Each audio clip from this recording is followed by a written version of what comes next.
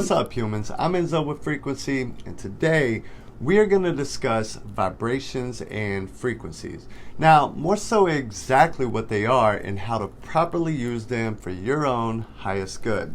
So, when I was first starting out in my own personal journey, I understood what was meant by raising your vibration, kind of. But I wasn't really comprehending how to do it on a cellular level. So in other words, I really had no idea what I was actually doing. So this video is geared to help you understand exactly what is going on and how to control raising your vibrations. Now, if you are here, I assume that you understand at the very least that we are energy beings and we are emotional creatures with feelings, and we are also comprised of this universal substance called source energy, and energy and emotion go hand in hand. So what does this mean exactly? Our emotions and feelings are far more potent than any words could ever be. Now, we all know this, but you can speak words that do not align with how you actually feel. But you cannot vibrate at a frequency that is not in direct alignment with your true inner feelings at that time, because feeling trumps words any day. So you can say that you're fine, but if your vibration and frequency is low, then regardless what you say, you are not fine. Now, we should also know how energy and thought interacts as well, because thoughts become things and word became flesh. And as potent as thoughts are, they do not actually have power until you give them energy. And the way that you give a thought energy is by feeling into that thought with emotion. And what that means, for example, is if you want a higher vibration, you must think of a higher emotional state, one such as love. Now, once you think of love as the emotion, then you must allow yourself to feel into what love actually feels like. So, I'm a dad, for example, and one way for me to do this is for me to think about my kids. And by thinking of my kids, I mean actually allowing my imagination to take me back to a loving moment, or allowing myself to feel into how much I actually love them. Now, what I'm trying to accomplish by this is to bring my emotional lower state into a higher emotional state by thinking about it and submersing myself in the way that that thought feels, because the feeling from that thought of my kids is the frequency. It is the vibration of love. So again, the actual feeling is literally the frequency. Makes sense? Now let's simplify this further. Let's start by looking at a low vibration. A low emotion is directly associated with a lower frequency energy range that your body is emitting, because we are energy beings and we emit frequencies. So if you are feeling fearful, the actual frequency, if measured, would be 100. So when we say we are vibrating at a low frequency, what we are actually saying is the feelings that we are projecting inside out measures at 100 on the Hertz frequency chart, which is the emotion of fear. And that low frequency is represented by slow moving waves, and it's low on the scale. The feelings that we are experiencing are also measured with frequencies and directly associated with specific emotions. You cannot be fearful internally and register at a higher frequency than 100, regardless of what you say with your words. If you are in that state of consciousness, one of fear, then your vibration matches that feeling or emotion. And vibration is simply the speed of the moving waveform of energy. And of course, this is the same for all emotions. A frequency of love will register on the Hertz charts at 500. And you cannot be vibrating at 500 and be mad. That's just how it works. So to raise your vibration is to literally change the emotion that you are feeling. And it's that simple. And that's why it's so damn hard. Because spirit is subtle by nature, and many things are actually seemingly simple tasks when it comes to spiritual practices. But this is why we must silence our minds and be able to tune in to what is all around us. Because as mentioned in the beginning, we understand that we are energy beings, but we are not quite at a level of deep understanding as a collective to just how much energy affects every aspect of our reality. But energy is everything. Like, no exaggeration. Energy is literally everything. And every single thing vibrates. And even becoming a self-master is in large part controlling your energy output, because we're basically walking, talking energy conduits. And that's what makes all of this what it is. Everything that we see and sense is simply a different vibration that forms the material world. Vibration itself works with 4 components that determine what an object is. And these components are adhesion, cohesion, attraction, and repulsion. And the arrangement of these 4 components are what we see in our everyday life. Everything vibrates. Even that chair that you were sitting in is indeed a combination of those 4 components. This not only applies to our outer world, but also with each other. We are deeply affected by each other's energies because we are all connected at a very deep soul level. So, for example, when we get bad vibes, that is simply our higher vibrational energy clashing with a lower energy. And then our body responds by sending signals which we deem as good or bad vibes.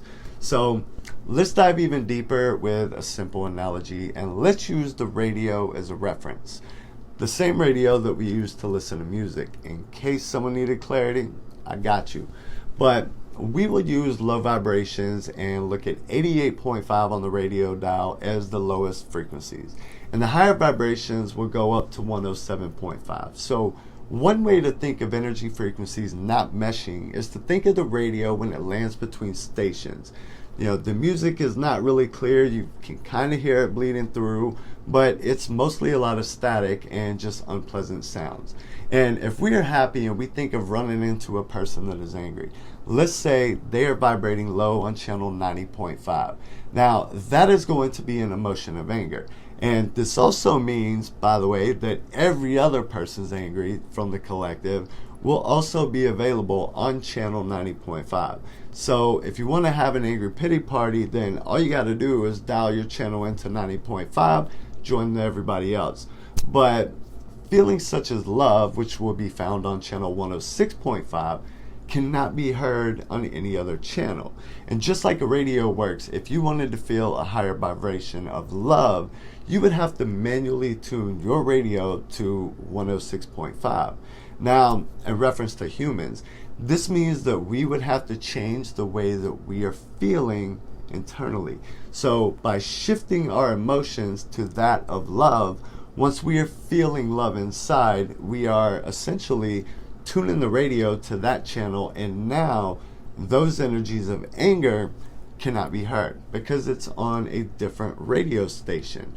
Now, this is also a premise of like attracts likes. It's energies that mesh with each other that can be found on the same radio station. Now, something else to know about the power of energy. High vibrations are far more potent than low ones are. Now, I was watching a video last week from Randall at Timely Guidance on his YouTube channel. And he puts out excellent content, and he also does work with Ronna Vezane, who is the sacred scribe for Archangel Michael. Now, I will post links to both of their YouTube channels in the description below. I highly recommend checking out both of them's content. But he posted a video describing how powerful high vibrations are compared to low vibrations, and the explanation was based off of the Hawkins map of consciousness. Now, what he explains is how much influence one person with a high vibration has over those who are vibrating in a low frequency range. So just one person who is vibrating at a 300 to 310 range, which is just optimistic, has the ability to counterbalance a total of 90,000 people who are vibrating at a range of 200 or less. So just one person who's optimistic can affect 90,000 people who are angry or hateful with their emotions. Now, someone who is vibrating at a 400 range, which is a harmonious attitude, one that includes forgiveness and acceptance, they can counterbalance a total of 400,000 people.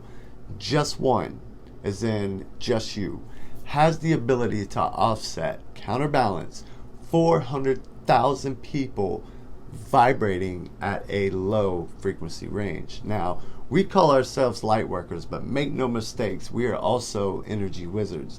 And I feel like wizard wasn't the best word for that, but you get the point.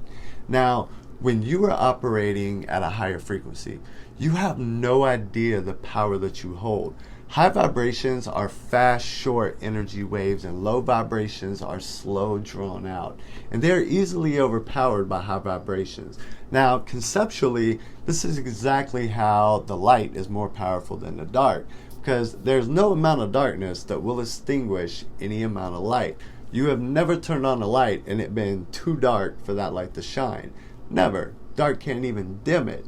So light will always shine regardless how dark it is, because light too is a high vibrational frequency. Dark can be likened to low vibrations, and high vibrations are full of positive emotions such as love, compassion, peace, joy, all the things that make us happy and make things enjoyable. And they have the power to completely alter the energy fields of the collective. You are very, very powerful, my friend. And as a collective, when we start really combining our energies, this is exactly what is going to cause the shift that we're all experiencing to actually shift, because we're energy beings. We live in a world made of energetic vibrations, and we absolutely have the power to change everything by combining our energies of love, compassion, acceptance, and joy. And this is essentially what we are doing. Now, back to the radio station. When enough of us dial into the same radio stations together, the higher frequencies, the lower ones will not be able to be heard. They will become static in the background or damn near undetectable when enough of us work together. Now, how do we work together? Well, we join up online, or we meet each other in person, or we just do the work ourselves. And when we focus on the energies that we are emitting outward, this is how we change the collective. And it really doesn't matter what kind of spiritual practices you do, or what religion or what faith it is. What is important is that you put in the self-work and you focus on raising your own energy vibrations. And again, the way that you do this is to tune into your feelings, understand and learn what those feelings feel like. Then you will have the power to alter your own energy field by literally shifting the way that you feel from a lower state to a higher state, and then things become a game changer. So I hope this video has helped give you a different perspective or a new way to think about raising your own energies and vibrations. There's many ways that you could put this into practice. One of the ways that I like to do it is even like picking a song that will bring out some sad emotions. And as I'm listening to it, learn to feel into it, really understand what it feels like. Switch it to a happy song, one that makes you happy, and then really understand what that feeling is. And this is how you will learn how to raise your vibration at will. So until next week, I certainly appreciate you all spending a few of your earthly minutes here with me today.